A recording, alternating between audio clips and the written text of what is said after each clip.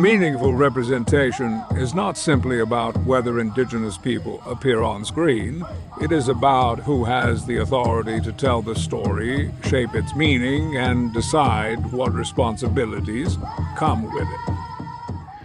I entered this course already aware that Indigenous people are often stereotyped, misrepresented, or left out of mainstream media.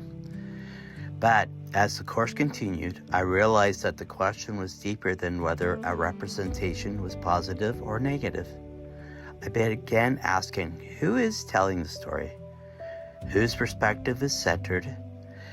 Who is expected to relate to it? And what responsibilities does a filmmaker have to the people and the communities being shown?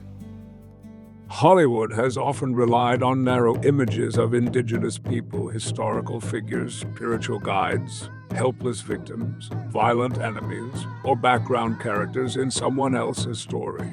These portrayals are damaging. What one can understand more clearly is that visibility alone does not solve the problem. A film can include Indigenous characters and still be shaped by a non-Indigenous perspective. It can show Indigenous people without giving them control over how they are seen. What matters is whether Indigenous people have real authority over the language, structure, purpose, and audience of the story.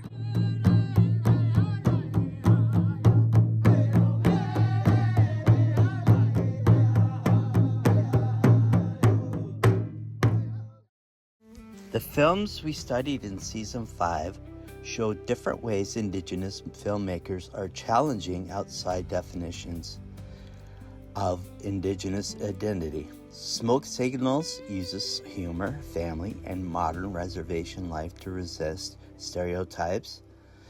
It showed that an Indigenous film can be funny without making fun of Indigenous people. Humor can carry grief, criticism, memory, and survival at the same time. Indian Horse challenged the ideal that talent or determination can overcome every form of harm.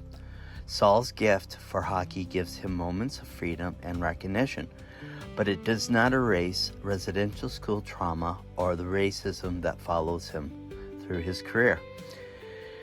The film made me think about resilience differently. Survival is not simple, and healing does not happen on a neat timeline. Ryan's For Young Ghouls takes a more confrontational approach.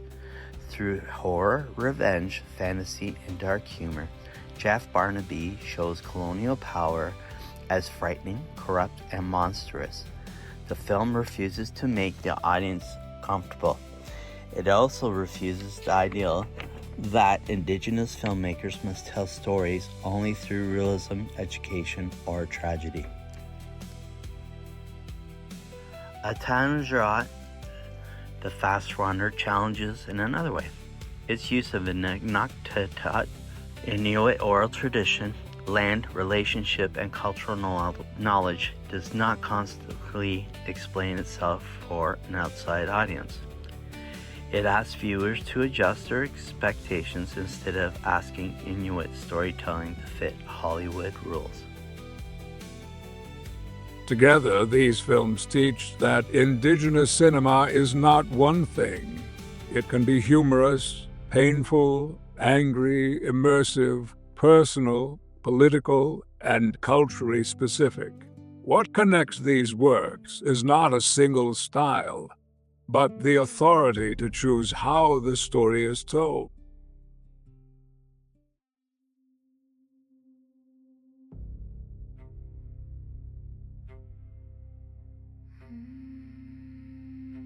The course's focus on missing and murdered Indigenous women and girls helps show representation as a responsibility to memory. Each story is about a real person, family, and community, not just a number, case file, or headline. Learning about Gladys Tully connected to my own family history, including my ancestor, Jean Coq de la Fleur, who was murdered in 1679 and never received the justice she deserved.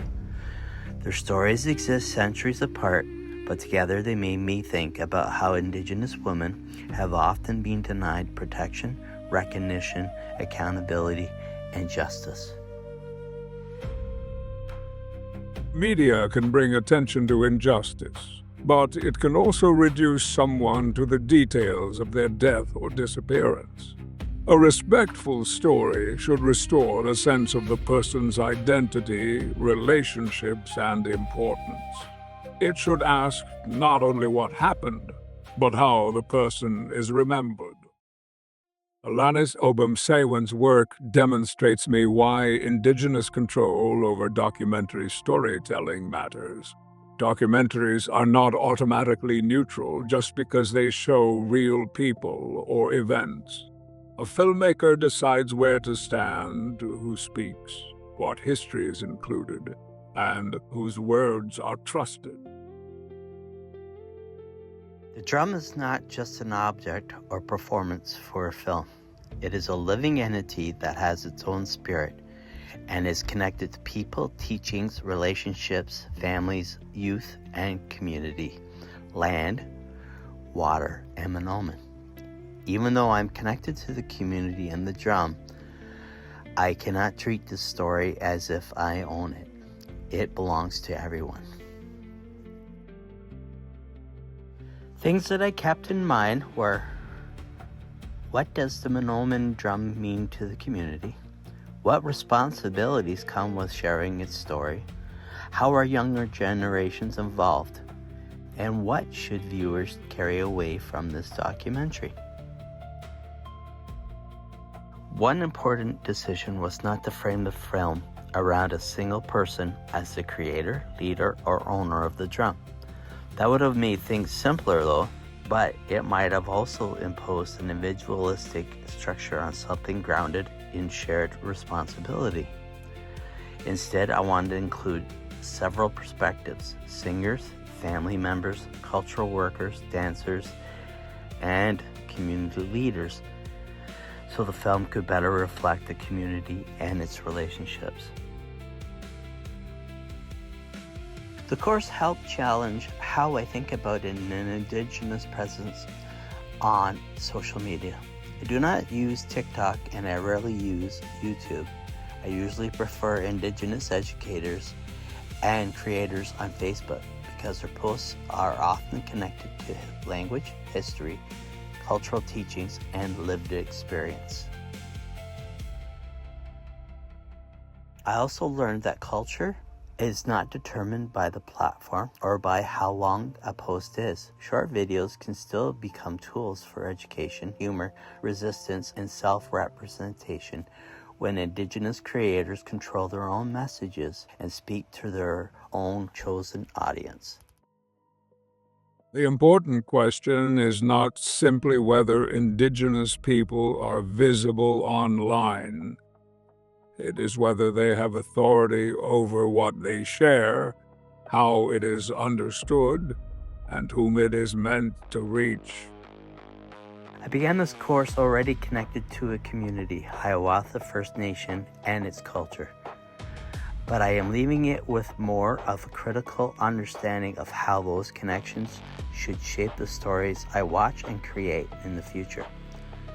The biggest change was learning how to move beyond asking whether Indigenous people are visible and instead ask who controls the narrative, whose knowledge is respected, and what responsibilities come with representation.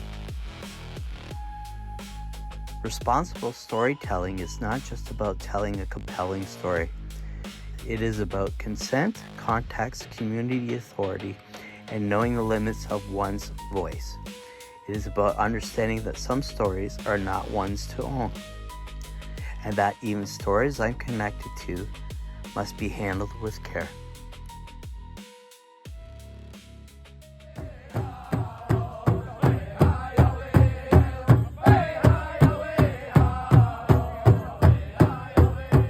True representation means Indigenous people and communities define the framework of the story itself, what is shared, what is protected, who speaks, and what the story is meant to carry forward.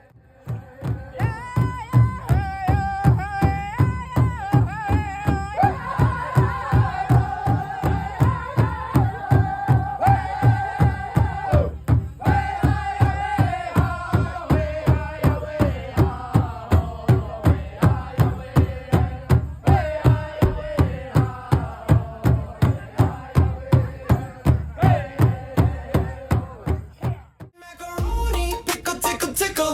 You're going down to the ground like a little giggle. We're going YouTube up, hit the play and wiggle. We're gonna eat you up, then we do the party jiggle. Chicken booty, pickle, tickle, tickle. Fall into the floor, get low, go wiggle. We're going YouTube up, every view gets bigger. We're gonna eat you up, then we do the party jiggle.